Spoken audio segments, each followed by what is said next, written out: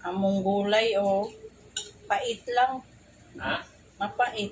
Ba't mapait? Kasi yung ulo ng dilis. Hindi yan sa ulo yan, yung sa bituka yan. Sa bituka pala yun? Oo. Bituka. Ulo lang tinanggal ko eh. Bituka yan, hindi yan sa ulo.